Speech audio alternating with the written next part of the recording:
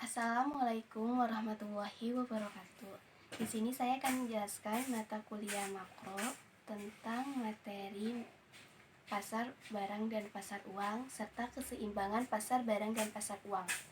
Di sini saya akan menjelaskan satu persatu. Yang pertama, pasar barang dan kurva IS.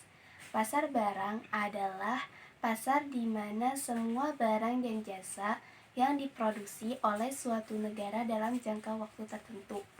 Permintaan dalam pasar barang merupakan agregasi dari semua permintaan akan barang dan jasa di dalam negeri. Sementara yang menjadi penawarannya adalah semua barang dan jasa yang diproduksi dalam negeri. Kemudian, keseimbangan dalam pasar barang. Pasar barang dan kurva IS. IS itu I-nya itu investasi dan S-nya itu saving atau tabungan. Lanjut, keseimbangan dalam pasar barang. Keseimbangan dalam pasar barang tercapainya ada penawaran barang dan jasa sama dengan permintaannya. Pada kondisi ini, total produksi sama dengan total pengeluaran. Rumusnya seperti ini, yaitu Y sama dengan AE, C ditambah E sama dengan C ditambah I. S sama dengan I, fungsi Y dan I sama I dalam kurung R. Kurva IS didefinisikan sebagai kurva yang menunjukkan hubungan antara berbagai tingkat bunga dengan pendapatan nasional yang menjaminkan atau memungkinkan pasar barang dalam keadaan seimbang. Kemudian digambarkan grafik tentang pergeseran kurva IS di layar ini. Pergeseran kurva IS menunjukkan terjadinya perubahan tingkat autonomus jika investasi autonomus meningkat, kurva investasi akan bergeser ke kanan yang menyebabkan kurva IS bergeser ke kanan dari IS0 ke IS1. Begitupun sebaliknya dengan investasi autonomus yang menurun.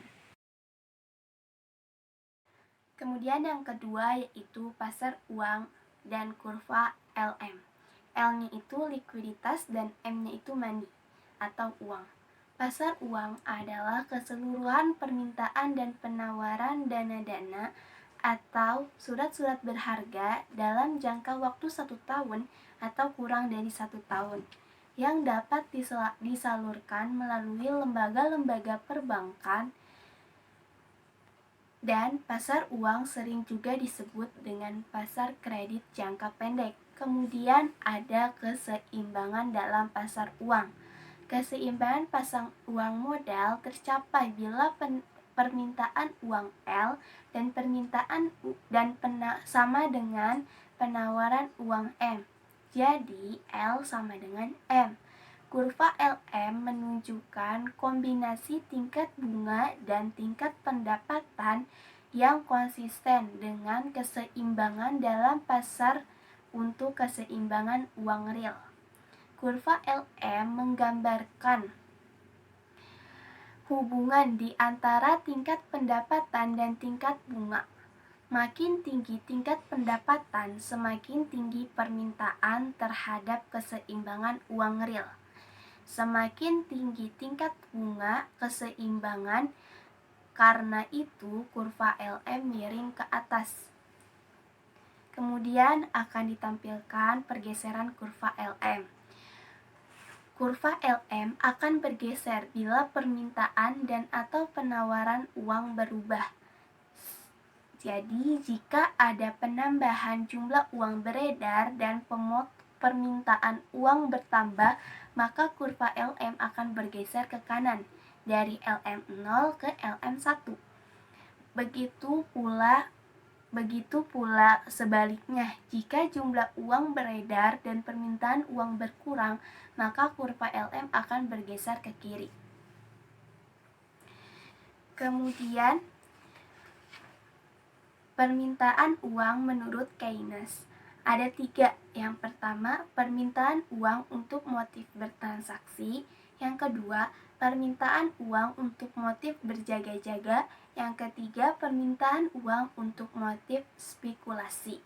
Di sini akan ditampilkan grafik tentang dampak kebijakan fiskal terhadap keseimbangan pasar barang.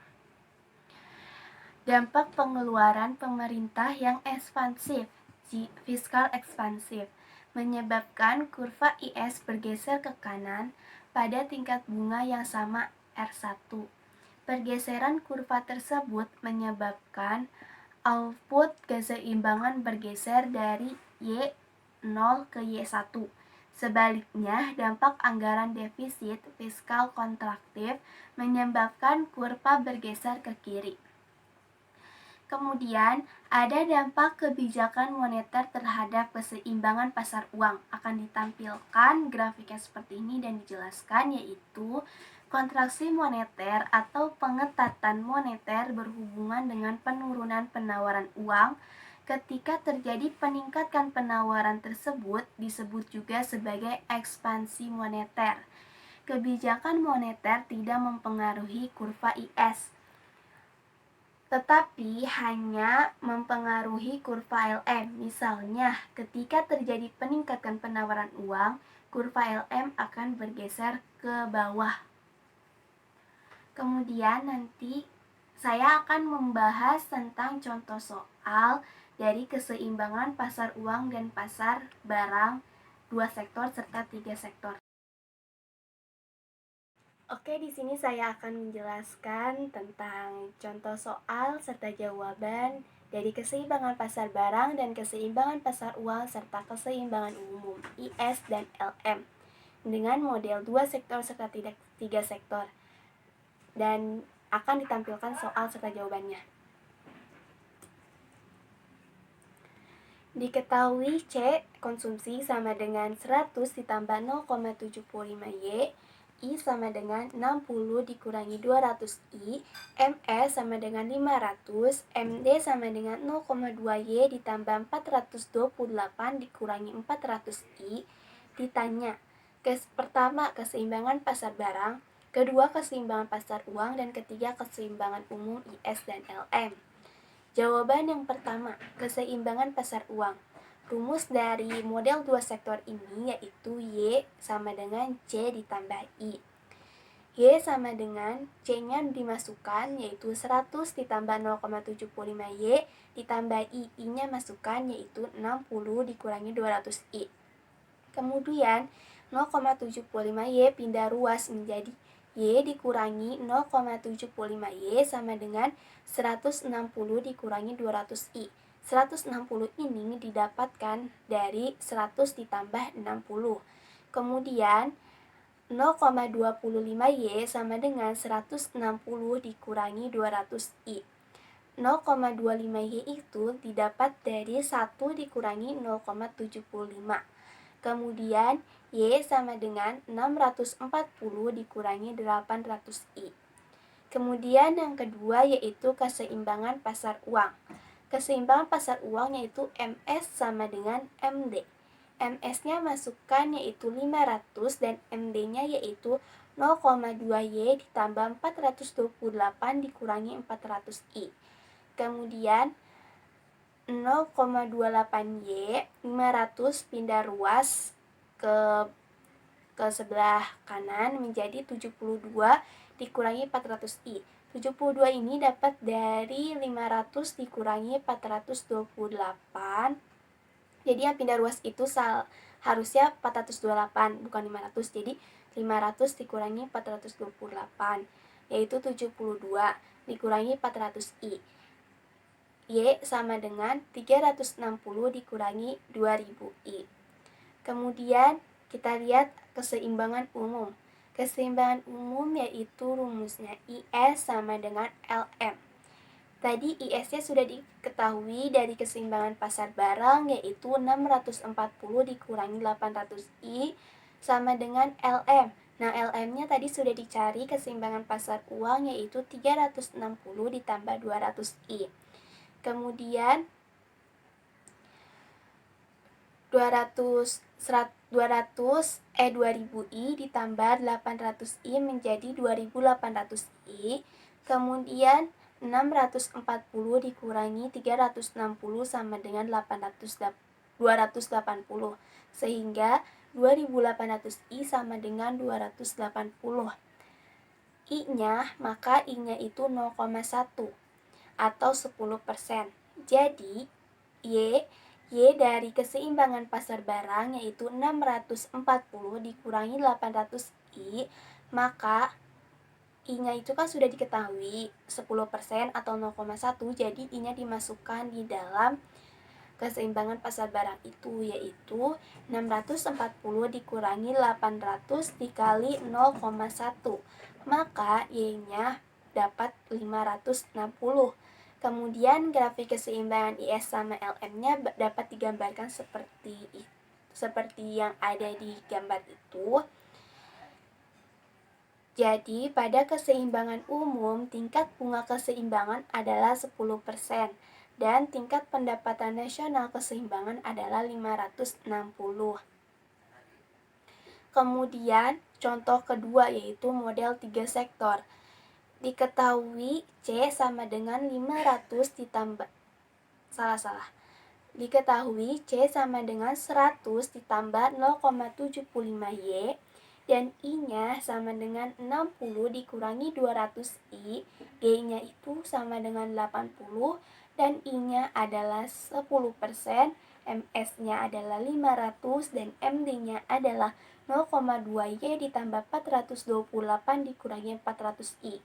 Ditanya keseimbangan pasar barang, keseimbangan pasar uang, serta keseimbangan umum IS dan LM. Maka akan dijawab yang pertama itu keseimbangan pasar barang. Untuk model 3 sektor, rumusnya yaitu Y sama dengan C ditambah I dan ditambah G. C-nya masukin 100 ditambah 0,75Y ditambah I, kemudian I-nya masukkan jadi 60 dikurangi 200I, kemudian ditambah G dan G-nya masukkan yaitu 80. G-nya 20. Jadi 0,75Y pindah ruas menjadi minus, jadi Y dikurangi minus 0,75. Jadi Y dikurangi 0,75Y, kemudian 180 dapat dari 100 ditambah 60 ditambah 20. Jadi Y dikurangi 0,75Y sama dengan 180 ditambah 200I. 0,25Y sama dengan 180 dikurangi 200I.